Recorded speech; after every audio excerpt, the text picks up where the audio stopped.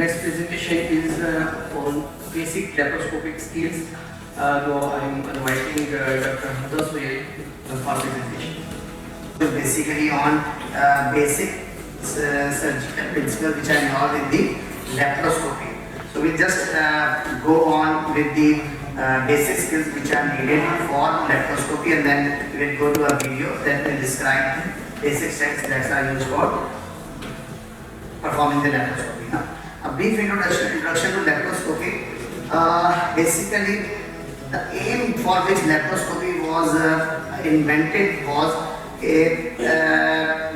the people there then used to think that big incisions causes multiple complications like excessive pain, more wound complications, and more chances of having a regional obstruction. So, what they thought that there should be some sort of instrument by which they can go into the cavities and perform surgery without opening it to a large extent.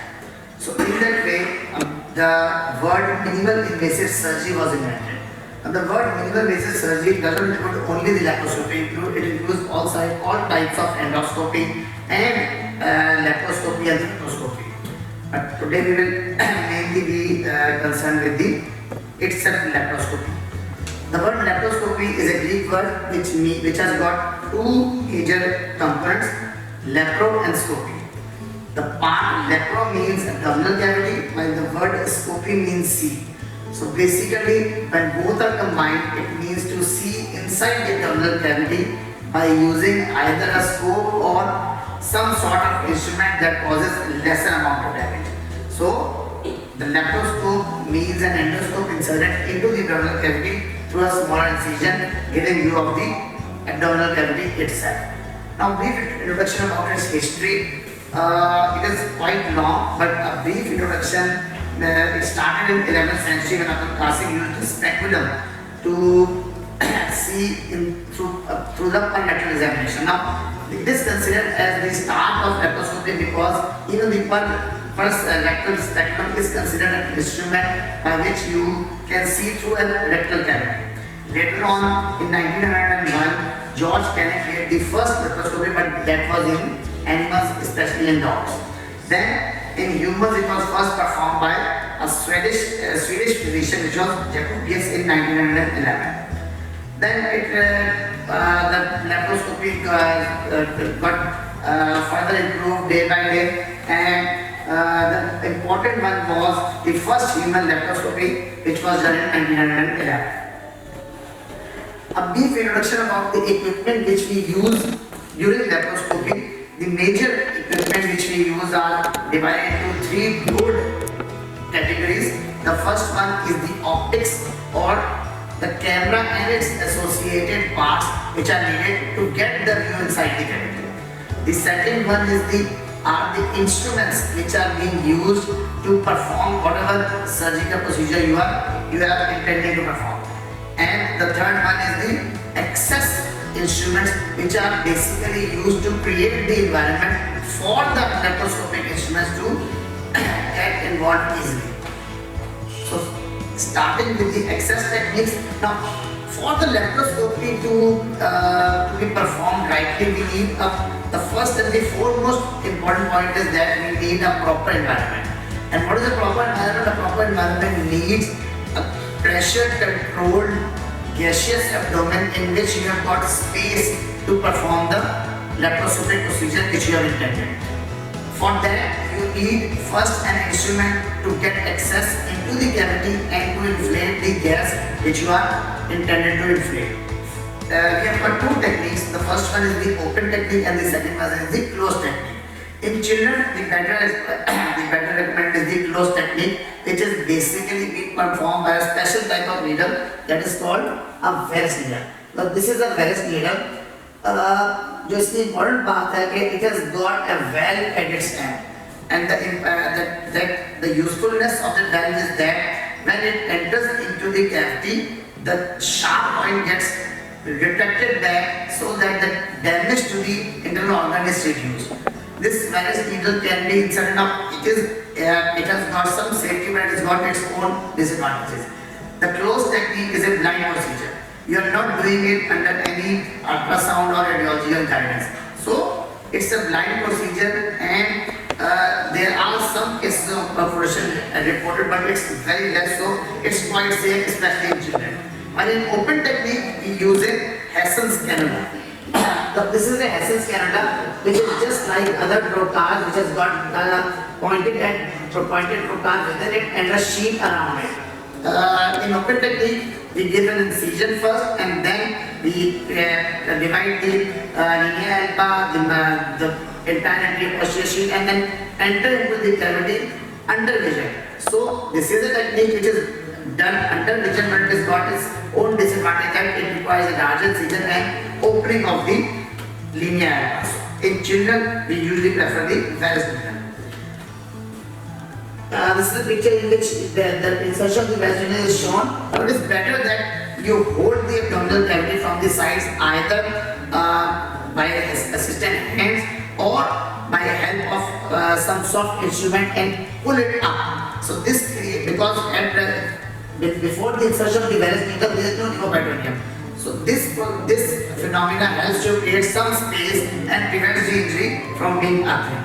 It's a spring-loaded obturator needles, and as I have told you, because it is blind technique, so yes, it has got some disadvantage that it may lead to injury to vessels of bowel, but because of its spring-loaded the sheet, it usually retracts back on entering the abdominal cavity, so it's quite less. The open technique, as I told you, that it is performed by basically by Hassan's cannula. Now this is a 1 center. This is a 10 mm to 1 mm sheet with a blunt obturator within it. And while performing as neoperitoneum by Hassan's cannula, we do first give an incision on vision, divide the sheet, and then insert the cannula inside. Now both of these techniques are basically the first step of performing the laparoscopy, which was our aim was to create the controlled environment by insufflation of the gas itself. Either through open technique or closed technique, we start with the insufflation of the gas into the abdominal cavity. The major and the most usable gas which usually being used in laparoscope is the carbon dioxide. There are certain advantages and disadvantages of using the carbon dioxide. Mainly, the advantage mainly being that it is relatively cost-free, and the carbon dioxide has got a relatively normal physiological metabolism being already occurring into the body, so it is quite easily metabolized within safe ranges. There are other gases which are more inert and less damaging, but they have got their own cost effectiveness and they have got their own metabolic harmful effects. We create the neoperitoneum through regulated pressure, which is mostly being done in the range of 12 to 15 mm of mercury. You can go at 12 or 15, and how you decide is basically you need to have an environment in which you have got easy movement of the instrument for the laparoscopy itself. In children, usually between 12 to 14 is good enough. The flow rate at which carbon dioxide can be given can vary from 8 to 10, and you can go as high as 12, which is the maximum. So the first part was the instruments to have an access to the abdominal cavity, which consists of vaginal and Hassan's cannula. The second category is basically the laparoscopic instruments themselves. Now we have entered into the cavity, we have created an environment in which we can perform the procedure which we intended to perform. Now the third part, how we can perform the procedure itself. There are various laparoscopic instruments available, and they are almost similar to that of the open ones which we use. Like the artery forces, we are using scissors, pottery hooks. Now they are modified according, because of the smaller caliber of the incision we have given, so they are modified into ports and the port which we use. Usually the ports which are being used in laparoscopy are either, they range from 3 mm to 10 mm. In children, if you are using it in neonates, they are 3 mm ports and the instruments. If you are using in adult children, in slightly later, older children like 3 and above, you can easily use 5 mm port. And if you are using in adolescent or children who have got weight around 35 or advanced, you can even use a 10 mm port.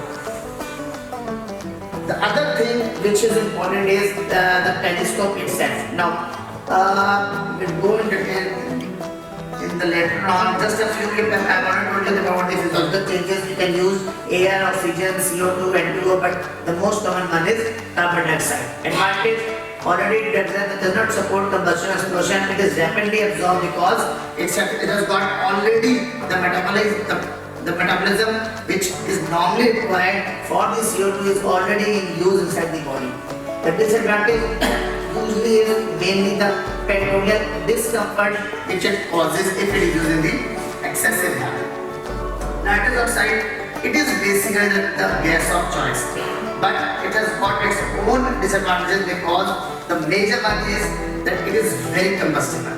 A slight spark from the instrument, if you are using pottery or any other type of electrical instrument, it can cause excessive combustion and therefore relatively it is lesser used. The other thing is it has got its metabolic, it's the metabolism which is used for the removal of nitrous oxide is relatively not as much sufficient as that of CO2. One thing which is important for the anesthesia team, if you are performing the laparoscopy, is the harmful effects of pneumoperitoneum. Now, we have created a gaseous abdomen which will definitely exert pressure over all the surrounding areas.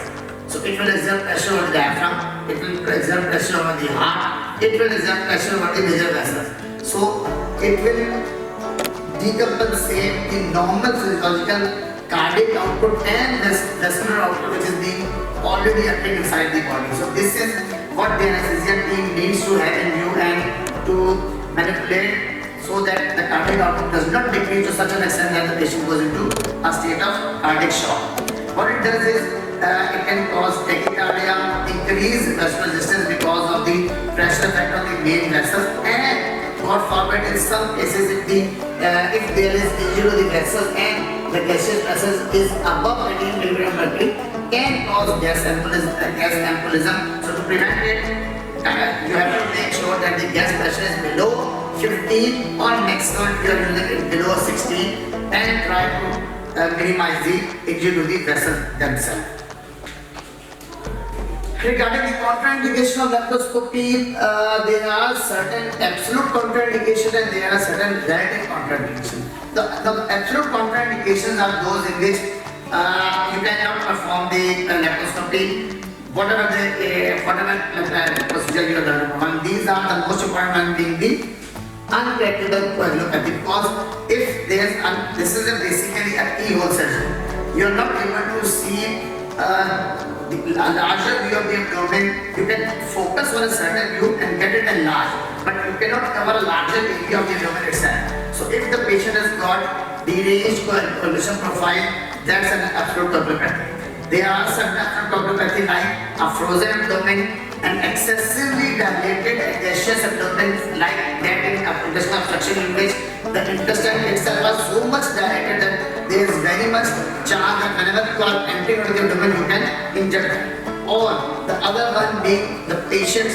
cardiac status so much depressed that you are in danger that when you will create the pneumoperitoneum, it will depress it further and will cause cardiac shock.